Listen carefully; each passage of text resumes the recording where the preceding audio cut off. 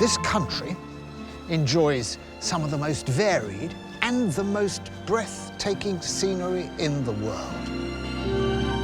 From highlands to lowlands, from borderlands to lakelands. I'm determined to explore them all. But there's more than that. My mission, if I choose to accept it, is to take on a challenge left for me by an unseen hand.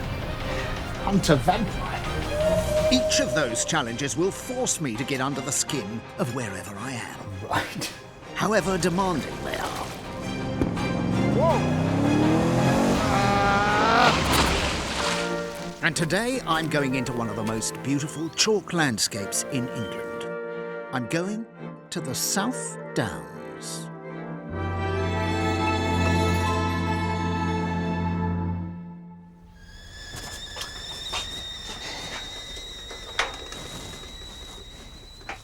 This little hut was originally built as an aid to communication with France.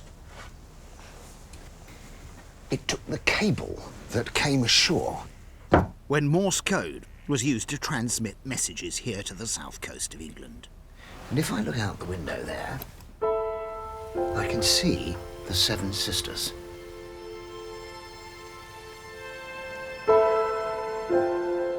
These cliffs are the end point of the South Downs, a range of curvaceous hills that rise up from the south coast of England and stretch 100 miles from Eastbourne to Winchester. Underneath the lush green turf are hundreds of feet of sedimentary rock. It was formed 90 million years ago from the calcium remains of tiny creatures who once lived in the ooze at the bottom of the sea. It's time to leave my historic cable hut. I've got hills to climb. These Sussex hills are essentially one gigantic piece of chalk. I'm hoping to catch... Your challenge is to catch a sheep. A sheep. Okay. The hills that lie before me were shaped by sheep. I understand this reasoning. Sheep were once as important to the South Downs as oil is to Saudi Arabia. I'm being challenged to catch one as a way of getting to understand this landscape. But first, I need to cross the River Cuckmere. Well, it's easier said than done. It's too deep for walking boots, so there's nothing for it but to go barefoot. My first experience of this rugged, demanding landscape. Who'd have thought it? Ow! Having survived the Cuckmere, I can finally crack on with my journey over the South Downs. But first, the white stuff. Dazzling, isn't it? That's what sailors saw when they were arriving, and they called it the White Place. Albion. Derived from ancient Greek, Albion is also the oldest known name for the islands of Great Britain. And of course, it was because of the invasion of this vast chalk scene by the English Channel millions of years ago that Britain became an island in the first place. With an elevation of 217 metres, my first stop, Furl Beacon, is one of the highest points on the Downs. So you put it on like a jacket. Yes. Paragliding expert Tim Cox is going to help me get a bird's eye view of the surrounding countryside. But don't forget to sit back once we go. So, good. But maybe this is an extreme way of doing it. Okay. And we're able to hands back. Yeah, I get it. Okay, Griff, you ready? Yes, I am, yes. Okay, we'll try it. No, I'm not actually ready for this. It's terrifying. And the wind seems to be dragging us the wrong way.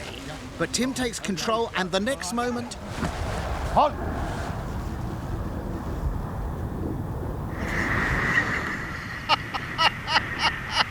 How incredible! 1 minute we are on the ground, and the next we've just flapped a bit and we've taken off. If you get... We're using updrafts to gain lift. It's totally exhilarating. With the right wind behind them, some paragliders have travelled as far as 400 miles in a single flight. Below me is an area of shorn grassland, the typical look of the Downs. We've got cows over here. So far, I can't see any form of ovine flock at all. No, nothing. Although this is sheep country. 200 years ago, the flocks would have been everywhere. They outnumbered man 10 to 1 on the South Downs. It was one of the highest concentrations of sheep to be found anywhere in the world. But no longer.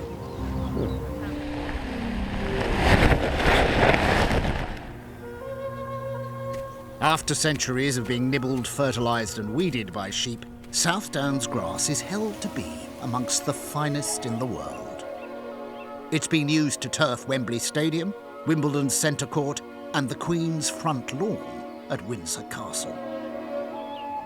But that's not its only attraction. The distinctive and almost feminine contours of the landscape have attracted generations of nature lovers. The South Downs was effectively the original beauty spot. It was these hills that people first began to think were the epitome of gorgeous rural nature at its best, as long ago as 1600. It's rather surprising it took them so long then to make it a national park, which they didn't do until 6 years ago. But this recognises a change. Sheep walks have given way to guided walks. The South Downs Way runs the entire 100-mile length of the national park. Once the preserve of shepherds and travellers, this distinctive chalk path is now the focus of every kind of leisure activity. But a few miles to the west, I need only drift off the path a bit to find evidence of more ancient history.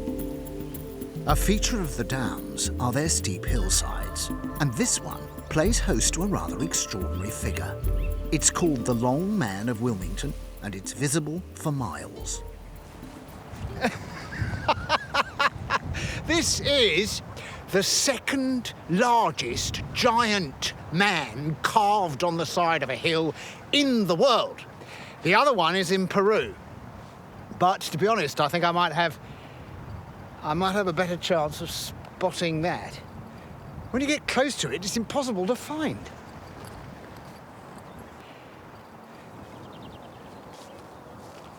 This is it! I'm on the Long Man. And, close to, you see. It's a disappointment. It's not even made of chalk. It's made of breeze block. It was, in fact, made of brick about 150 years ago, but that all wore out. So they had a nice British solution. Bit of breeze block, a bit of lime paint. There you go. Nobody really knows how old the Long Man is or quite what he symbolises. But his prominent place in the landscape means he's rarely left alone for long. The Long Man is the subject of any number of pagan rituals during the year, and I wonder if this is one of them.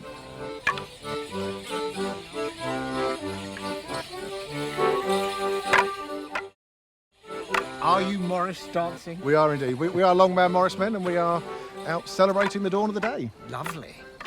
This is the Long Man behind you here. I so noticed this is him, yes. our emblem.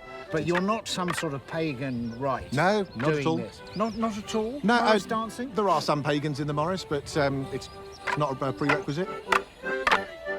How long does it take to learn? We tend to dance in the summer, practice in the winter, and by one practice season, we're comfortable. You're out and dancing. Okay. We can get you through it. We can get you through it. Would you want to try one? Now that is a silly question. Just for the final touch, do I look? I think you're Like looking a the Morris part, and then we dance. give you a couple of sticks. And then what we'll teach you is the Long Man, our signature dance. Forehand, backhand. Oh, to get this right. I So see why you wear the hat. the hats give you a bit of protection. A little dance for the giant Long Man, entitled the Long Man.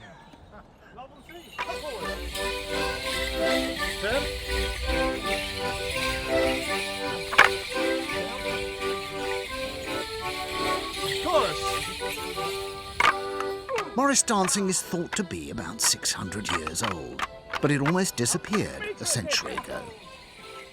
By the 1950s and 60s, we began to mourn our lost rural past, and so Morris dancing returned with a vengeance.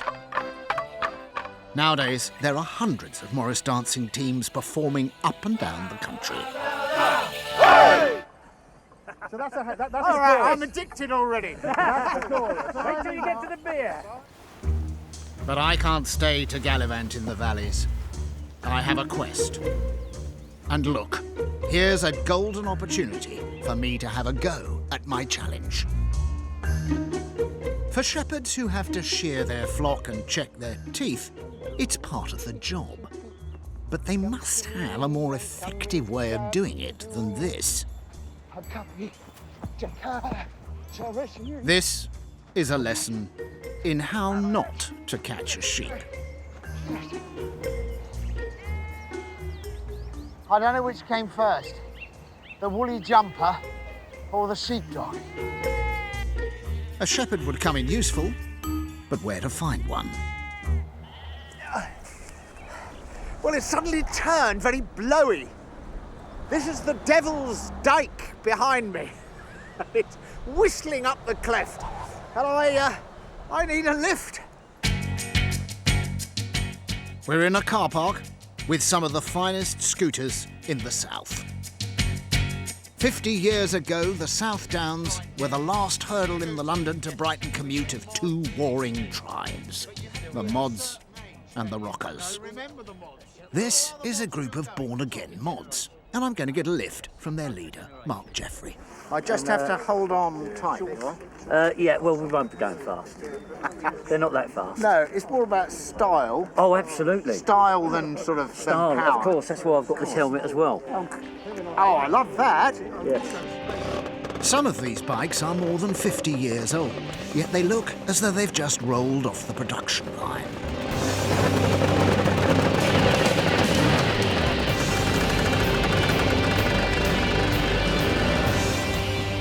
And we're off. We may not be travelling at warp speed, but we are hogging the road in a group formation. That's the whole point of mods on scooters. But I'm not going all the way to Brighton to fight the rockers for a place on a deck chair. Besides, I could never decide which tribe I was in.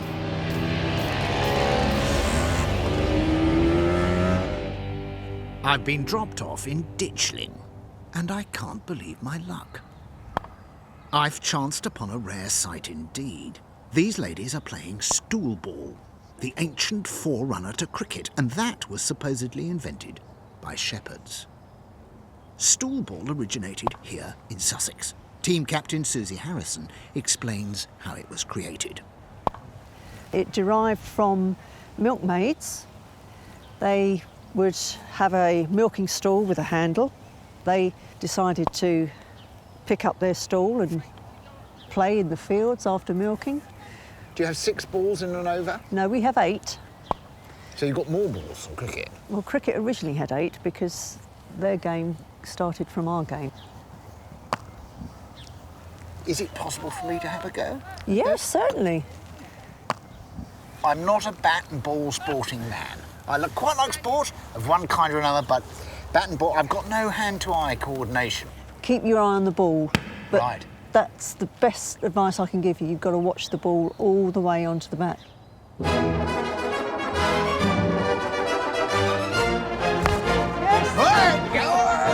What's remarkable is that I could have been walking along here 600 years ago and seen exactly the same game being played. Back then, everyone would have worked in agriculture. Some of these ladies may even have been shepherdesses. Not anymore, alas, but I'm glad to see that an ancient game is being kept alive. The secret of Stoolball, I've already discovered, is just to put You just hold it as out in the distance, sort of waggle it about, and luckily, 3 times out of 3, you sort of just make contact with the ball. But naturally, my good luck then runs out. Playing this game, however, is rather taking my eye off my own ball. I've decided to move on to the medieval village of Alfriston. After all, this was once the centre of the lucrative wool business.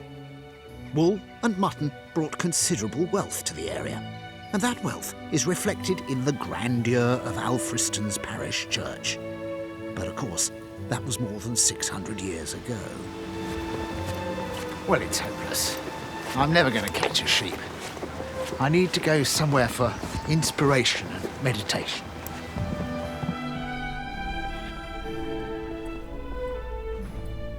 It's a wonderful, rather beautiful, and frankly, huge space. This is just parish church, but humble it isn't. It's justly known as the Cathedral of the Downs.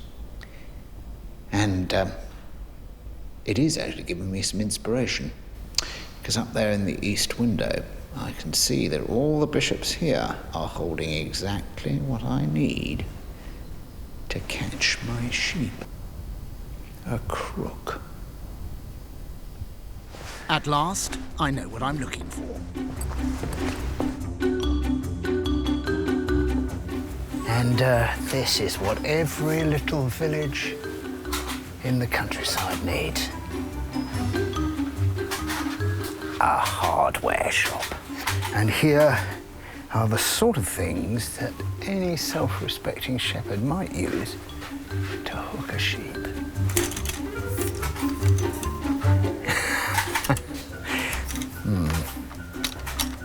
I think I might fall foul of the RSPCA though.